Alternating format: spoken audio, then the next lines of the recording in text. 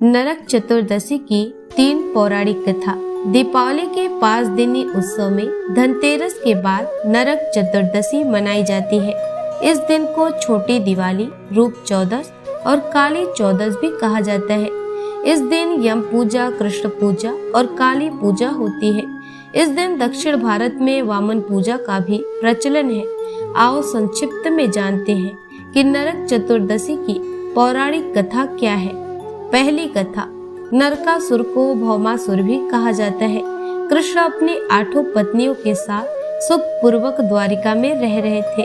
एक दिन स्वर्गलोक के राजा देवराज इंद्र ने आकर उनसे प्रार्थना की कि हे कृष्ण, प्राग्ञ ज्योतिषपुर के दैत्यराज भौमासुर के अत्याचार से देवतागण त्राही त्राही कर रहे हैं। क्रूर भौमासुर ने वरुण का छत्र, अदिति के कुंडल और देवताओं की मणि छीन ली है और वह त्रिलोक विजयी हो गया है। इंद्र ने कहा, भौमासुर ने पृथ्वी के कई राजाओं और आम जनों की अति सुंदर कन्याओं का हरण कर उन्हें अपने यहाँ बंदी गृह में डाल रखा है। कृपया आप हमें बचाइए प्रभु। इंद्र की प्रार्थना स्वीकार करके श्री कृष्ण अपनी प्रिय पत्नी सत्यभामा को साथ लेकर गरुड़ पर सवार हो प्राग्ञ ज्योतिषपुर पहुँचे। वहाँ पहुंचकर भगवान कृष्ण ने अपनी पत्नी सत्यभामा की सहायता से सबसे पहले मूर दैत्य सहित मूर के 6 पुत्रों ताम्र, अंतरिक्ष, श्रवण, विभावशु, नभ, स्वान और अरुण का संहार किया।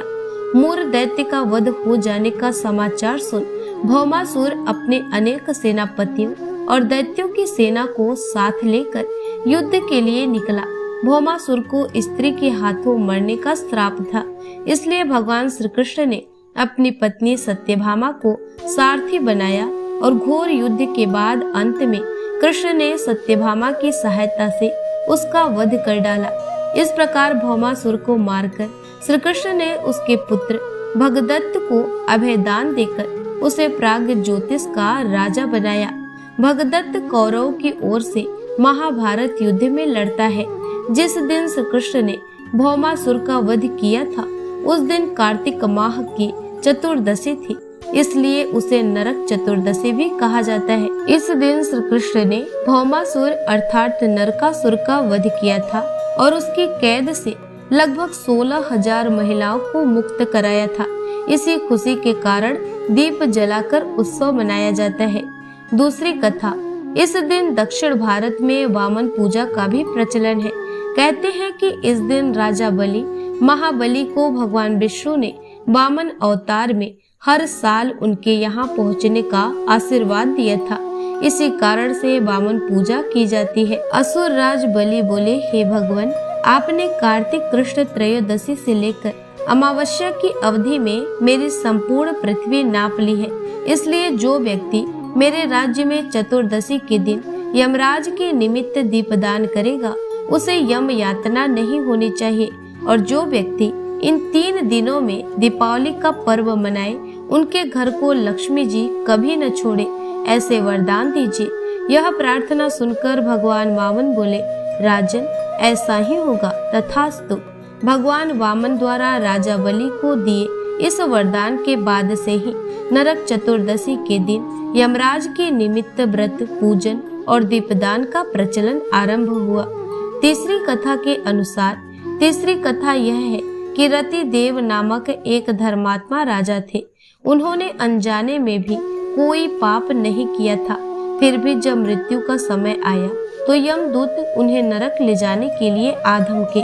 राजा ने कहा कि आप मुझ पर कृपा करें और बताएं कि मेरे किस अपराध के कारण मुझे नरक जाना पड़ रहा है।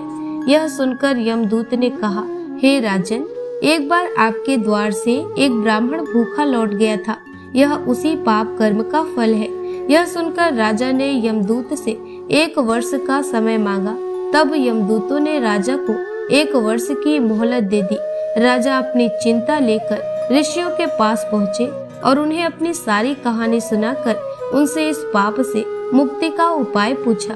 तब ऋषि ने उन्हें बताया कि कार्तिक मास के कृष्ण पक्ष की चतुर्दशी का व्रत करें और ब्राह्मणों को भोजन करवाकर उनके प्रति हुए अपने अपराधों के लिए क्षमा याचना करें।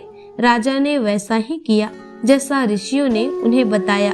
इस प्रकार राजा पाप मुक्त हुए और उन्हें विष्णु लोक में स्थान प्राप्त हुआ। उस दिन से पाप और नरक से मुक्ति हेतु भूलोक में कार्तिक चतुर्दशी के दिन का व्रत प्रचलित है।